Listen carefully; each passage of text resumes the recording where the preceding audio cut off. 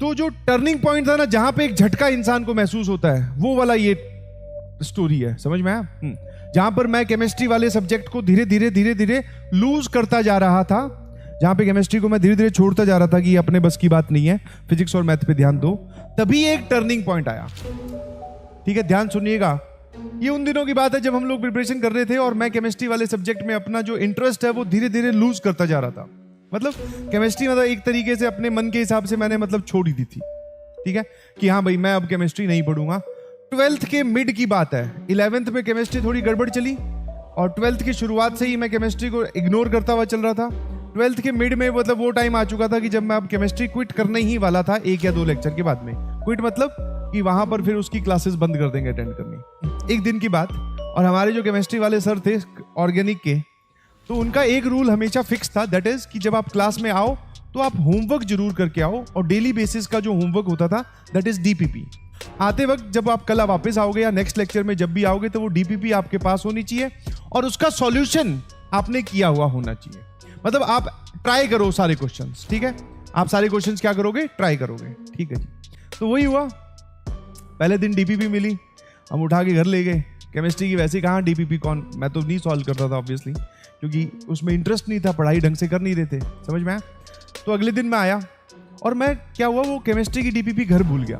ठीक है, मेरे को वो याद नहीं रही, बट हाँ उसके बाद में फिजिक्स की क्लास थी तो फिजिक्स की डीपीपी मैं लेके आया था, बिकॉज उसका काम अपना कंप्लीट था। तो वहां पर क्या है, ऐसे बहुत सारे बच्चे बैठते हैं, तो मैं पीछे जाके कहीं बैठा।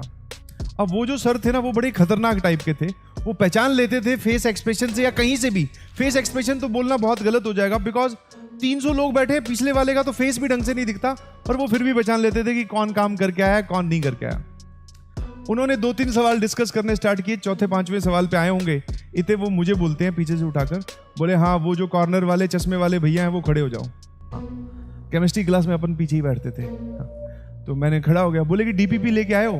अब घबराहट में मैंने क्या किया, हाँ सर मैं लेके आया हूँ। बोले दिखाओ। तो मैंने क्या किया, फिजिक्स की हीरो बनते हुए, शाना बोलते हैं जिसको, शाना बनते हुए फिजिक्स की डीपीपी निकाली, उठाकर ऐसे दिखा दी। उन्होंने मुझे बोला बैठ जाओ। मैं क्या, बच गए, बहुत बढ़िया। देखा चाचा चौधरी वाला दिमाग, बच गए। फिजिक्स की डीपीपी दिखा दी और सब लोग इधर जो अपने बोलते हैं ना पीछे बैक बेंचर्स का जो माहौल होता है, वो सब लोग वाह वाह ही कर रहे हैं। बोले वाह यार तूने सही टोपी पहनाई है। मैंने कहा हाँ ठीक है, अब आगे देखो, चलो पढ़ाई करो। इतने में थोड़ी देर बाद में वो चौथे 5वें क्वेश्चन पे थे, फिर आगे 8वें 9वें मतलब 8वें 9वें क्वेश्चन पे आगे डिस्कशन में। फिर मेरे को बोलते हैं वो चश्मे वाले भैया वापस से खड़े हो। मैं हो गया खड़ा। बोले एक बात बताओ, ये ऑर्गेनिक में वेज कब से आने लग गया? वेज, वेज समझते हो ना? हाँ।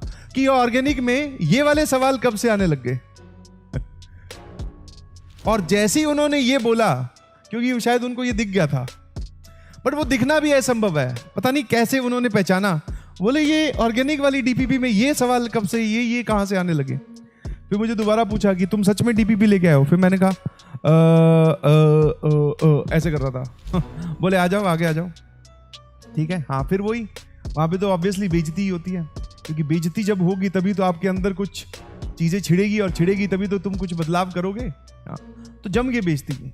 हाँ बोलेगी ये देख लो, टीचर को बेवकूफ बना रहे हैं, अपने आप को हीरो समझते हैं, आता जाता इनको कुछ है नहीं। फिर उन्होंने मुझे एक टास्क दिया, बोले कि अगले आने वाले दिनों में ना बाकी किसी की डीपीपी चेक करूं ना करूं, तेरी जरूर चेक करूंगा। मैंने कहा अब फंस गए। ठीक है, अब फंस गए, बिकॉज आप एब्सेंट हो नहीं सकते, बिकॉज टीचर की सीधी रडार में आप हो। ठीक है, और ये बोल रहे हैं कि मैं ही चेक करूंगा, और ये तो वैसे ही बहुत स्ट्रिक्ट है।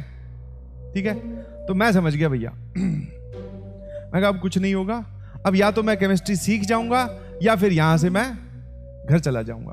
तो बस वही हुआ।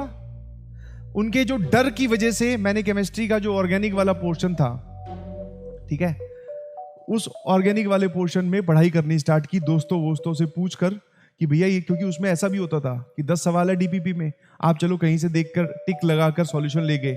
वो ऐसे भी करते थे, बेटा इसका एक्सप्लेनेशन दो कि ये जवाब यही क्यों आएगा।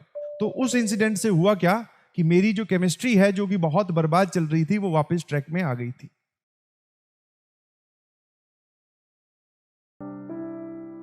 उन्होंने तोड़ दिया दिल हमारा यूं ही अनजाने में, उन्होंने तोड़ दिया दिल हमारा यूं ही अनजाने में, उन्हें क्या पता था